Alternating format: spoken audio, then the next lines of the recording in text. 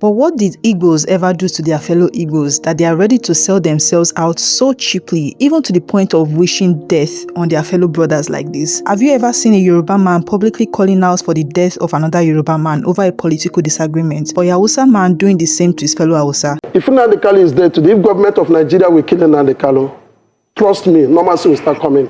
That they are being used in this manner. So what that foolish thing did on TV was not just to betray his ancestry and the womb that gave birth to him. He has just been used in a plan, a very long plan, to change the whole Igbo nation, because they have seen that Igbo land is rising out of the ashes. They have seen that the light has come back to Igbo land and the sun is suddenly rising quietly without the help of the federal government of Nigeria. So now the next thing is to go and militarize Igbo land and make development absolutely impossible. We have to be smart sometimes. We will not let this lie down.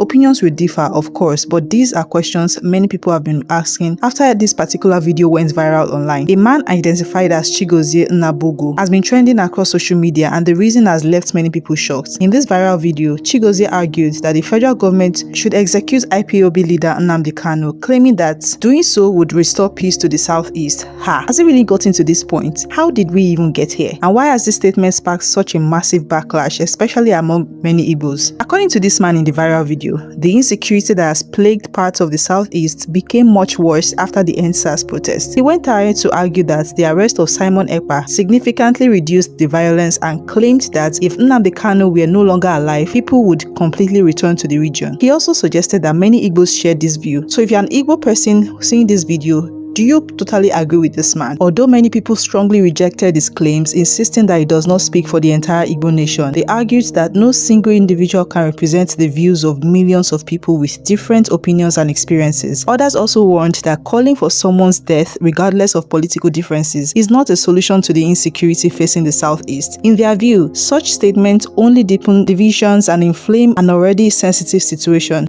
If Nnamdi Kanu is dead today, if government of Nigeria will kill Nnamdi Kanu, trust me, normalcy will start coming. And that's all what every Igbo man prays for. Is there any parts the government has played in helping these people, get back to their community? Why I'm saying this is because you still see that people are visibly still in fear. When I say in fear, their lives are still not safe. They tell you themselves that forget what you hear them, the government say on camera or on press conferences. We living in this community, we are not safe, not yet. So that tells you, even seeing it firsthand, I can tell you categorically that what I saw, or what we saw, myself and the team that went down there, to an extent, it has been curtailed. That I will give to them. But is it safe yet? Safe enough to live, go back to normalcy, living their normal lives? That is a no. All right, regarding to that, yes, I concur with her. Let me be sincere with you. That's the last level we want to talk about now. The only way to return full normalcy, I'm saying it on air, if you watch the system the whole thing is going, the time they arrested Nnamdi Kanu, it was like up and down, up and down. Yeah. The time they arrested Simeon Ekpa, it cut to 50%. The time that Nnamdi Kanu was convicted, it reduced to 10%. That's what we are battling now. Put it on air. If Nnamdi Kanu is dead today, if government of Nigeria will kill Nnamdi Kanu, trust me, normalcy will start coming. And that's all what every Igbo man prays for. Now again, for you to concur to what you're saying, government cannot do it all. And that's why I'm agitating again. If we know where our problem is coming, we can find the solution. Our problem is simply coming from the brainwash, the hate speech. Personally unto me, I questioned it that time, how can a single individual have the authority to form a security network? Because I know the security is the primary work of every government, constituted government, and this is unconstituted government. Now he formed it. We all know what happened in EndSARS, the breaking of the police stations and jail, the looting of the arms. That was what gave them the killing of the police on duties and armies on duties, collecting their arms. Finally, it boiled down to my community because we have a very topographic land system in my place called Mother Valley. It's a vast land. And if you hear the history of Biafran war, that place saved a lot of Igbos.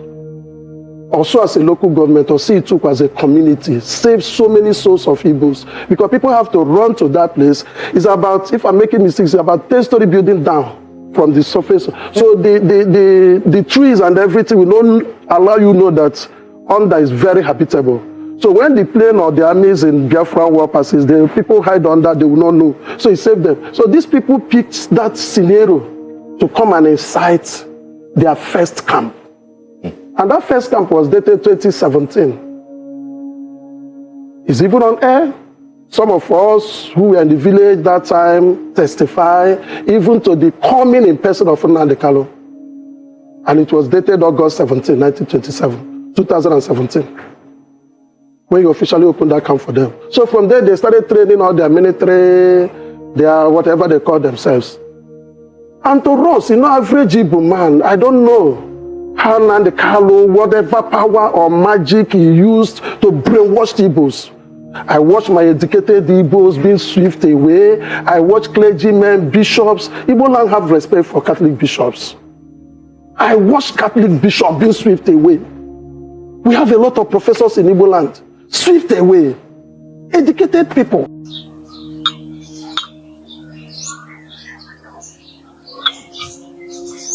Ọbasi dị n'eluigwe, Chukwu okike obiọma, ihe a bụ okporo korota, ebe anyị nọ bụ okporo korota.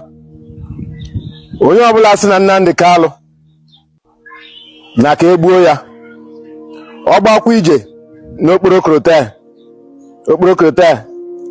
ga-eri isi ya, rie isi ezinụlọ ya, rie isi ụmụ ya, rie isi ikwu ya.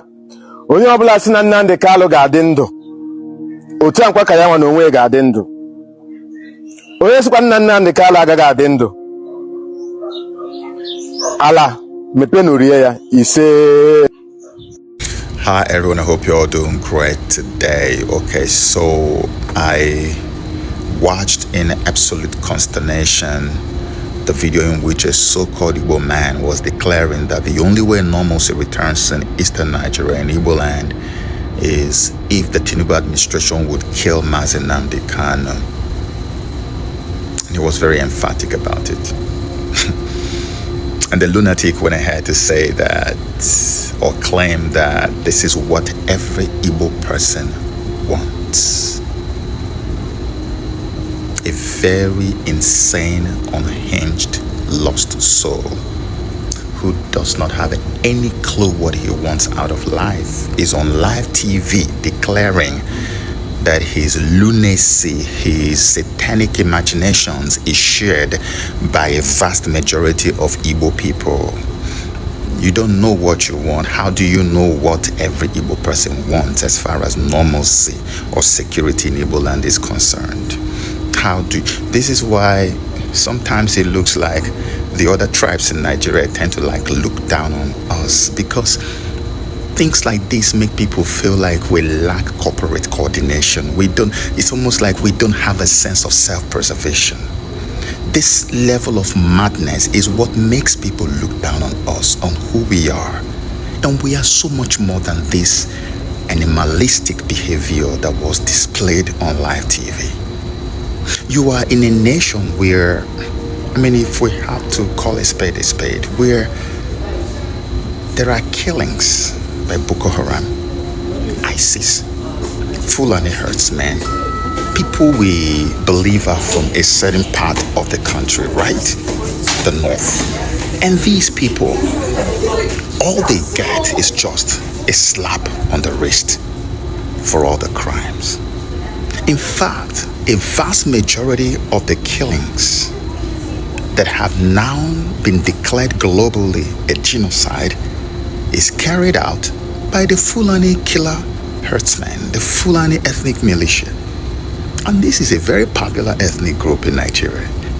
They have people in politics, they have people in the business world, they have people in education, in everywhere. How many times have you heard a Fulani person in any field come out to repudiate, to rebuke, to condemn what these Fulani guys are doing, despite the fact that these guys have killed hundreds of thousands, displaced millions of Christians who are now languishing in IDP camps across the nation of Nigeria. These guys have dispossessed so many Christians of their ancestral farmlands and homelands. And rather than kill them as they have killed, what the government is doing is pardoning and integrating them into the society that they have already traumatized. It is because of the politics that they have placed around their ethnic group, the politics of self-preservation. Because of that, the government had no choice than to preserve them. That's why the Nigerian soldiers will meet a killer Fulani herdsman who has killed and is ready to kill even the soldier. And rather than kill the person, they take him and hand him over to police, who then hands them over to the team that will take them to a rehabilitation center and give them money, and then give them the opportunity to come into the society and become whatever they want to be in life. This is happening as we speak. Right now. Sunday Igbo is from the Yoruba tribe. He is to the Yorubas in the west what Nnamdi Kanu is to the Easterners, to the Igbos in the east. Igbo, with everything he has done, is today receiving chieftaincy title, getting support from traditional rulers and his people in government. No one is calling for him to be killed for any reason. And even if anybody will call for Igbo to be killed, he will never be a Yoruba man. If anybody will call for a Fulani person to be killed or punished the way they disempower pregnant women and kill like it's nobody's business, it will never be from a Fulani person. Why would it be an Igbo person doing this? No, it is not just that stupidity that some of our people are known for. There is something much more behind this one, and I'm going to explain it to you. That is why I'm making this video. You see, in criminal law, there is something that is called probable cause. Probable cause, like you want to pin somebody down to something so you can kill them or jail them for a very long time or do something to them, but you have to prove that cause. You have to prove that this person deserves this.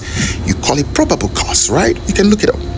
Now, the probable cause that they are looking for here is a cause that will enable them to still go ahead to slam Nnamdi Kanu with that death sentence they couldn't slam on him when the temperature was very high.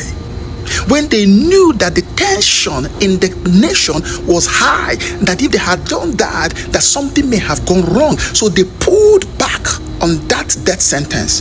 And I am telling you today that what you are seeing is not just an off-the-cuff thing. It is well calculated, premeditated to enable these people to still return that death sentence on Nnamdi Kanu so that they can kill him. The thing that this guy has done now on TV happened simultaneously with a so-called documentary that has also been released by somebody from the East, which is detailing some of the evils or some of the crimes they believe ESN has committed in Eastern Nigeria.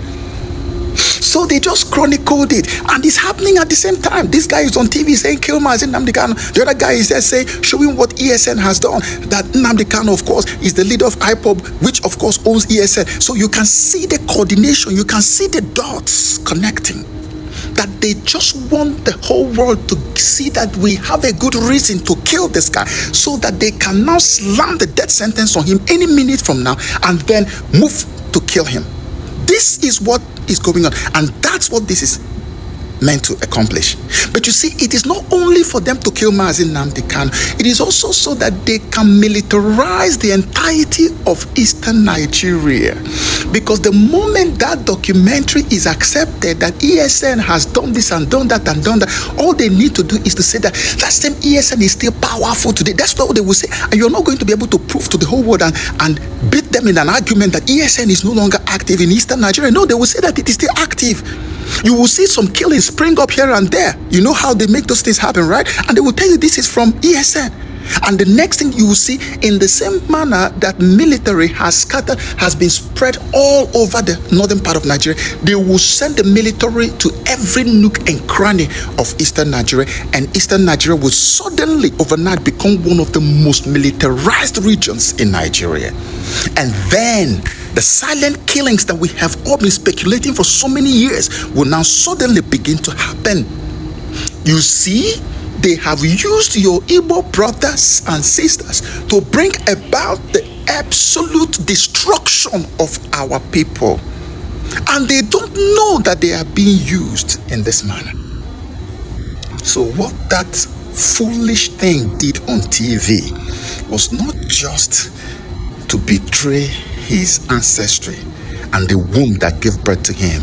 He has just been used in a plan, a very long plan, to change the whole Igbo nation, because they have seen that Igbo land is rising out of the ashes.